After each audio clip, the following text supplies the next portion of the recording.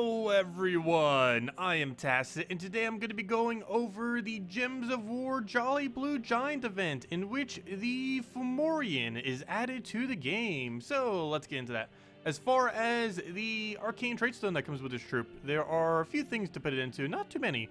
There's an early game Dragatar, Diviner, and Soothsayer, with Soothsayer probably being the best option, mainly because it has an empowered board control. And as far as legends and higher rarity troops, there's really only Sylvania Mora other than all the mythics. Sylvania Mora makes for a pretty good entangle option since it can entangle the first enemy every single extra turn.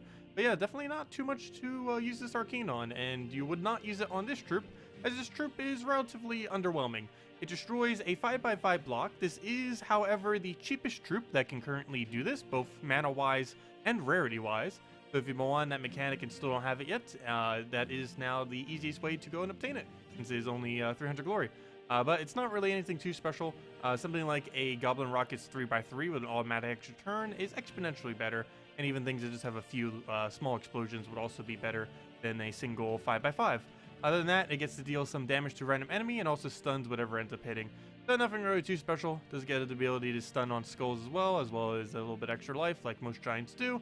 However, that is not really going to get you that far, and is generally going to be a troop that you don't really use other than for farming 5 glory with it this week, as this is a week that you can use it to farm glory. As far as the event objectives, we have ourselves two pretty good bonuses, 10% to elementals and 10% to giants. Not only are those two typings pretty decent, but they also have overlap, as there are quite a few things within Stormheim that have both a giant and elemental combo, which makes them even tankier, since Stormheim is currently the tankiest kingdom in the game as far as base stats at the start of battle. And as I mentioned, 5 glory whenever we use the Fomorian in PvP, and this does stack with other bonuses like your +1 that you get from a hero class, and of course whatever normal glory you would end up getting for the battle. So a pretty good time to farm glory. This is actually the highest rate you could ever get other than when there is a gnome event. So make sure to go and utilize that if you are looking for a little bit more glory.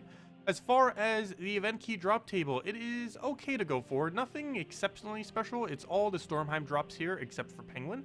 The most noteworthy drops that you might want to try picking up if you don't already have them are trying until you get both Yarrow Firemantle and Hindla. Those are the two legends from this kingdom. Hindla in particular is probably the most noteworthy thing that you'd want to go for a drop from this kingdom. It has a really powerful final ability in which it gives all giants 2 life and magic every single extra turn, and keep in mind Titan hero class is a giant, so it does count for that. Even if you're not using it for any other troops, you can simply use it to upgrade your Titan class while using one of the best classes in the game. This also stacks with its huge trait, so it's actually getting 4 life every single extra turn, 2 for itself, and then an additional 2 for itself as well as for all other allies on top of the magic. And other than that, it has a triple freeze into a summoning of a giant. So overall, it's a pretty decent troop. The only thing it's really lacking is board control on the ability. Other than that, it's pretty much a perfect legend. So really high up there as far as viability. And Yarrow Firemantle, while not the greatest of troops, it does put together some giant teams that fills in a little bit of that gap. There's a little bit of red-yellow. Generally, double spawns are relatively weak. However, he's still used occasionally within the context of giant teams. Like most giants, he has a bit of life gain. And he also has a burn. Of course, things like Infernus is a much better burn. However, if you don't have an Infernus, this is a good mid-range option if you're still looking for a decent burning option without wasting your turn. Yarrow would be about your second or third best option to do that. Infernus, of course, is being overall best. And if nothing else, you'll end up getting more Valkyries, which will farm you souls. But that's pretty much the most noteworthy things that you'd be going for drops. And you mostly just want to get yourself a Hindla, or ideally a Hindla plus Yarrow. But definitely Hindla is like the main thing you'd want to open event keys for this week if you are going to bother open event keys. And nothing new within the drop table. As far as guild related things, of course we have Guild Wars this week, so don't forget to go and set all of your defend teams. If you have any questions about team building or anything, feel free to leave it in the comment section below. And we'll probably be going over on each one of the color days on our nightly stream as we do every single night at 8 p.m. Eastern Standard Time. So feel free to come by if you want even more info. But of course, this is the same thing every single week. One of the main reasons I don't necessarily go over it on these Monday videos, as someone did ask earlier, it's mainly because Guild Wars is the exact same every single month. Unlike other events like raids and invasions and stuff, which vary quite a bit from month to month. Guild Wars is essentially the exact same, except for whatever content ended up coming in within the last month. And unless that was meta changing, it's not really going to be changing whatever happens within the context of Guild Wars. So that's one of the main reasons I don't go over as much. I normally just mention it during the streams themselves. Other than that, though, if you have any questions, feel free to ask. Other than that, as far as our weekly stuff, nothing too eventful. This Tuesday, of course, today we have ourselves the Primal Rift, which is a green and purple restriction. A little bit of an annoying faction, as it does have Skull Reflect on the first and final battle, despite that being one of the better mechanics to actually kill out the delve. So a little bit of annoyance there. On Wednesday, we should be getting a Moon pet, which is just for the little bit of soul bonus. So if you haven't picked up that, really good for the soul bonus. Get a little bit extra soul percent. On Thursday, we'll be having the class event for the best class in the game of Titan. And this Friday, we have no event for once. We have a double event next week of a faction and a mythic. However, this Friday, we have absolutely nothing. However, this Saturday, we are going to be getting a repeat pet. The Talk Like a Pirate week last year, ended up giving a little parrot thing, a little ghost parrot. And a lot of people probably don't have that pet. And if you don't, you'll be able to get it this Saturday. What they're basically doing for the next, probably into the foreseeable future, at least until they do an event for it, is all these gaps on these weekends where we don't have any event for that weekend, they're going to be adding a pet on Saturdays. Well, not adding a new one, but adding back an old event-related one. The previous one, we ended up getting Dragon Kitty, which was from like a year and a half ago. And now they're adding the one from a year ago, the little parrot from Talk Like a Pirate Week, which we had like 2 weeks ago or 1 week ago, pretty recently. But yeah, they're finally adding that back as well. And they'll keep doing that for other pets that have been gone for a while, to kind of be able to get them for people who may have missed the events. And they'll probably implement some kind of better system for that into the future. Other than that, Soulforge. We have a few things in Soulforge that are noteworthy as far as craftable things. The most noteworthy here would be Possessed King. Possessed King is a really good delve option, also works pretty good with skull spam related teams in PvP if you're looking to spam a lot of extra turns. It's really fun to see since it does have a lot of explosions, gets to explode 2 gems every single time it takes an extra turn. This ends up accumulating a lot of extra mana, and it also synergizes pretty well with Doom Skulls, or for board clear in general, since you'll be able to chain a lot of reactions off of the 2 explosions. Other than that, its ability is occasionally used, mostly in the context of delves, in order to transform troops. It has 3 independent 20% chances to transform, and these do stack, meaning if there was only 1 enemy left, you could theoretically transform it 3 times. And that is somewhat relevant because you half its level every single time. So let's say you're in a delve battle and it's level 500. If you end up getting a triple transform, the first one will do it down to 250, the second one will do it down to 125, and the third one would bring it down to, what would that be, 62 or 63? I forget which way it rounds. But yeah, you can stack multiple of them if it happens to trigger, though of course that's pretty unlikely. You mainly use it with Iron Gut in order to remove immune to devour, so you can then devour them while also accumulating a bottle of mana. And he's mostly used for his final trait. Like 90 to 95% of the reason you're using him is specifically for that final trait. Other than that, if you're looking to try to craft something else, Divine Ishbala, really good with Divine teams, also extremely noteworthy in Divine Ishbala plus Quillen combo, if you happen to already have a Quillen. Unfortunately, they did nerf her a while back to have 40% mana star for Divines rather than 50%. Still very viable even with that reduction, however. And other than that, the only other thing that you might want to consider is Wild Queen. Not the greatest of troops, since it does have a double spawn, and any kind of double spawns tend to not be as good compared to single spawns, but ironically. But this does give a attack buff that you can do to your first slot by stealing it from something else. Not only will you protect yourself from your own skulls that you're about to create, but you're also going to be giving that attack value to your own allies so they can try to use the skulls that you're creating. And other than that, it ends up creating a mix of greens and skulls. Green feeds back into itself and possibly into other troops, whereas skulls are going to be your damage source off of her. And other than that, she has Bone Storm attached to her, making her one of the only few related troops that have both a skull-related ability into a Skull Storm. And that's pretty much the good bulk of what she's used for. She technically gives extra attack to Wild Folk, however, there is currently no viable 4x Wild Folk team that ends up utilizing her. She's normally used within the context of Green Guild War, Purple Guild War, Brown Guild War, and very occasionally some other skull-related teams, which is one of the reasons she is slightly noteworthy, as she can theoretically be used in those 3 Guild War colors, though there are better options out there, but she is an option. I will be showing a team for her. Speaking of teams, I have a lot of teams I want to go show real quick. So, of course, there wasn't as many things to really show with new content, since all we got this week is, the entirety of this week, is the new troop. So, if nothing else, let's go show how to go farm gold off that new troop, or glory, I should say. All you have to do is basically just repick our 1 trophies, or repick casual PvP until we find our 1 trophy or a firebomb team that is going to be easy to take out. Of course, when I want to show it, we are getting nothing good. There we go, 4 times Firebomb. Obviously, this will take no time at all. We can end up using this. You can also set your Titan to an additional +1 glory in order to get even more. And then we can just clear them out with this. Also, one other pretty noteworthy thing about the team that we're using right now is this team is the highest durability that you can possibly make currently within the game as far as starting durability is concerned.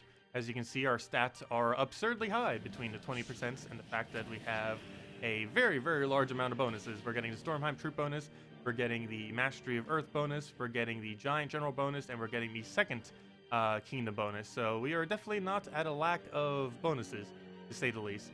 And that's not even the highest it could be, because we also have the 20% on that one. So, yeah, we have an absurd amount of bonuses on them, which ends up giving them very, very high durability, as you can tell from our over 100 starting HP. Actually, it's over 150. But we're up against Firebomb, so all we have to do is just let them die out, kill themselves out, and we're good to go. And we'll simply get a bunch of glory off of that, and you can just rinse and repeat, looking to farm a bit of glory this week. Let's see, let's take that for now. So Firebomb, and at this point, we might as well just Black Manacle or something to throw it out, and we're good to go. And the other two teams are somewhat similar to this team that I just did, as most of the teams within Stormheim, within Pure Giants, do build somewhat similarly, because there isn't a very wide range of Giants to currently use. But the other one that you can use, this team is probably what I'll also be using for the Thursday class event, is Yarrow Fire Mariner, Fire Giant, Dawnbringer, and Hindla. Also, the strongest team they could possibly build out of Pure Stormheim, of what I am aware of. But we'll just go for this for now. Looks like we're going to have to wait until Yarrow gets cleansed. So we're going to have to wait on that before we can act out of him. Hopefully we can get it cleansed right now, so getting him some. Let's see. Doesn't look like it's going to give it to us. Not an extra turn, unfortunately. I'm not sure what we'll do about that then. We could try going for the kill. I don't think that's enough damage yet. Hindla will keep increasing it. Don't want to take this for an extra turn because you still get a bonus from that. The only real big issue here is it's about to go and probably destroy us right now, which would be quite unfortunate. But we are still frozen on that, so I'm just going to have to give a barrier and hope we outlive it. Doesn't look like he has an extra turn here. There should be enough. He does have that double submerge. We extra turned, but of course still frozen on that red, so technically not an extra turn. He just does not want to get unfrozen, does he? We might still take this just for the sake of getting that extra turn buff.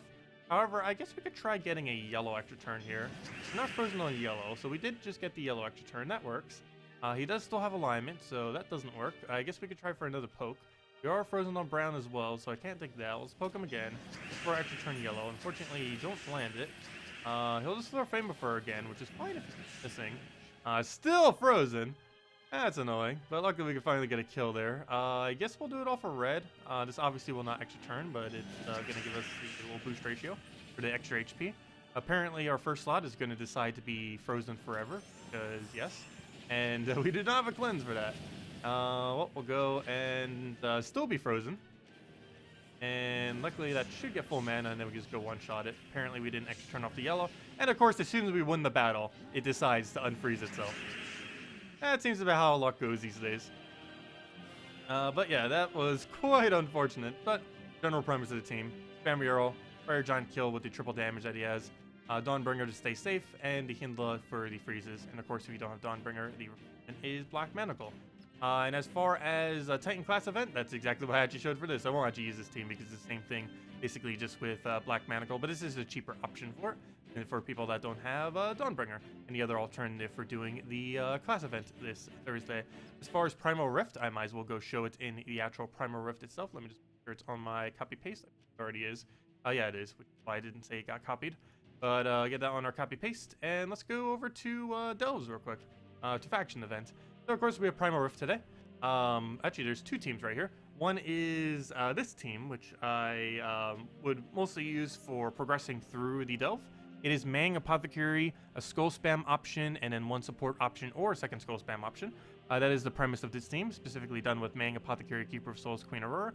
But Keeper of Souls can be replaced with any brown Skull Spam option, and Queen Aurora could be replaced with any Skull option or a support troop. So a relatively cheap team based around Mang plus Apothecary. Mang plus Apothecary works for any delve where you are allowed to use her. However, that is not the team I want to show right now. What I want to go show is what you use for the lower levels, what most people be doing. And that is simply a Mountain Crusher with double King Dop Truffle with a Leprechaun set to a little +1 brown just to make it easier to fill up our Mountain Crusher. into a bit of blue so that we could feed into our truffles. So basically what we're going to do here is simply go and take brown immediately. Go and get our mana up so we can then go and explode everything. Actually, never mind. We're not going to need that for this board. We might as well just go straight for the Leprechaun since we don't have an extra turn there. And then we should just be able to go like crazy. And normally you just keep infinitely looping off of that. Mountain Crusher when you need to. And between your Leprechaun plus Mountain Crusher, you can just keep exploding and just killing them out with the Truffle Spam. And that would last you probably all the way to 200 if you wanted to go that far. Could theoretically even run the entire delve like that. Running it with Titan in first slot, you can even give magic to your truffles off of the extra turns, assuming you have it at level 100. And if this loading screen could ever go, we could go show more teams. Loading screen. Hello? There you go.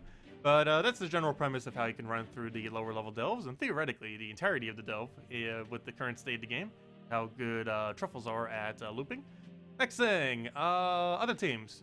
3 more to go show real quick. Possess King for Skull Spam PvP. I think we'll go over that one last just because I'll probably have to use it for this battle. Next one, Possess King, of course, is craftable this week.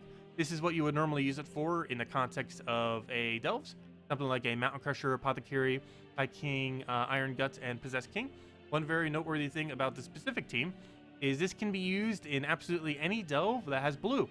Since Apothecary, High King, Iron Gut, and Possess King are all blue, you'll be able to use this, of course, in any blue Delve. This will also technically also be a possible option for Tower of Doom, for blue Tower of Doom. However, do keep in mind that the Dooms do have immune and indestructible, so that they do have immune to both Transform and the Devour. However, everything within a Delve context does not have immune to Transform as of currently. So you can simply go, if they have immune to Devour, transform them with Possess King, and go Devour them with High King Iron Gut, and of course Apothecaries to feed the Browns into Mountain Crusher and High King Iron Gut, and Mountain Crusher is just to keep spamming to keep barrier on your Titan or similar Brown related hero class, like barrier every Brown, while also being able to feed right into Apothecary to go feed your High King Iron Gut to go win with, and it will also give excess manas to your Possess King. That's the general premise with that. Other than that, if you do want to run purple, or if you do want to run Wild Queen for Guild Wars, first as I mentioned, she could theoretically be ran for both for purple, green, and brown Guild War days. I would have to say purple is probably her best. Definitely not the absolute best of options, but as far as one thing that you could run with it is Secrets of the Crypt. That weapon was available last week, if I'm not mistaken, off of the Crypt faction. You happen to have gotten it last week. Graveseer, which will be able to feed you a bunch of green. Wild Queen, which will also be able to feed itself a bunch of green while skull spamming. And Leprechaun, which will allow you to clear out the board in order to get your initial mana that you need. Another pretty noteworthy thing about this is the Secrets of the Crypt end up giving you skull spam. So once you upgrade this weapon, this does give you a Bone Storm. So then synergize into the fact that she'll just keep giving you Bone Storm. But this only ends up triggering once you get a kill, whereas this you'll be able to do even prior to getting your kill. Also, you can end up replacing out Leprechaun for, not Orb Weaver, for, what's it called? For, wow, why can I not remember its name? For Weaver? Or Arachnine Weaver. Why can I not remember its first part of its name? But there we go. I knew it was Weaver or something. But for Arachnine Weaver, you can also use in last slot. One nice thing about this, even though it's a little bit of a slower start and less mana, you will have the double true damage option with the double true damage off of this combined with the true damage of the weapon. But you would also have the, in case as a backup plan, the 75% chance to summon a web spinner to your first slot whenever your hero happens to die. And you'll be able to use this to obviously skull spam with your Wild Queen and just feed Web Spinner into Wild Queen. Something that you normally wouldn't be able to use on a purple Guild War day, but in the context of this, you'd be able to. And you could also end up doing that for a green Guild War day, just without the green seer mana accumulate, a Web Spinner plus Wild Queen option for the day. But that's just one option that you can end up doing for a Guild War if you did want to use it for that. I believe there are better options out there, but it's a option to consider. Not the worst of things to use, and definitely would be able to win it out. Other than that, PvP team of Possess King. Quite a few ways that this can be ran, though generally the premise of this is Wrath, something, Skyla, Possess King. There are multiple different ways that you can do this. In this particular instance, I'm just using a Doom weapon, and you could theoretically use any Doom weapon here. I'm using red mostly to fill its gap, and because of the convert that it has, which ends up converting out the blue, which is something that we don't really use. With this specific team, you basically are just going to want to take a bunch of skulls. Once Wrath gets mana, cast Wrath. Or, in the case of your hero or whatever you're using as your other slot, cast that. But in this case, we do have Wrath and we do alignment, so we'll go craft that, get everything converted away. And it looks like we should hopefully be able to get alignment here and just end up clearing that out. And it looks like it'll just end up giving us the win. And just take one more skull. Oops, so that was enough damage. Apparently it is, because 1.5 billion cascades. So basically what's happening here is a lot of things, because we're exploding a lot of things at once. But there's 5 explosions going on here, or a potential of 5 explosions that are going on. Raph ends up getting 2 every single time he takes a skull. So that's 2 explosions. Also, all these stack. So that's 2 explosions. We have Hero, which is set to Titan. So every single time we take an extra turn. Oh, oops, I don't currently have that one set. But we could have that set. Whoops. But if we set that, we'd have a extra turn explosion on a yellow every single time we end up taking an extra turn. So that's another one. And on top of that, we also have 2 off of Possessed King. Whenever we get an extra turn, we're doing 2. That's a potential of, if we take an extra turn skull, that we will end up exploding 5 gems off the board. Basically a whole board clear worth of explosions within a single skull extra turn. So that's a lot of value they can end up getting. So speaking about value, this isn't the best of board to be casting that on, but we're going to go do that just to try getting our mana. Oddly enough, it ends up feeding itself all the way back, but nothing else. Go figure. Such a weird way for it to pan out, but I guess that works. Let's take that for now, get our skull, get 1.5 billion explosions, and it just changes into 1.5 billion more explosions, and then we can kill it. And that's pretty much Raph in a nutshell with a Possessed King. And it's probably one of the biggest things that Possessed King gets used for outside of the context of Delves. If you wanted to get him for that purposes, definitely works pretty well. I'm personally not too huge a fan of a team, normally because it does kind of need Raph in first slot to kind of get the really big skull value. And the only big liability with that is you either win very quickly or lose very quickly. The team slows down a lot if Raph dies, so it's a bit of a big liability there. But definitely a quick team, and one of the quickest PvP teams among other versions of the team. You don't have to use a Doom weapon there if you don't have any of the 6 Doom weapons or one that you feel like fits well. You can also just put a Leprechaun in the last slot and do it similarly off of that, and just get your chain explosion right off the beginning of the board while also getting a little bit of gold. Other than that, I believe that will wrap it up for this video. If you guys still have any other questions, feel free to leave it in the comment section below. Thank you all so much for watching, and I hope you all have a wonderful week. Goodbye, everyone!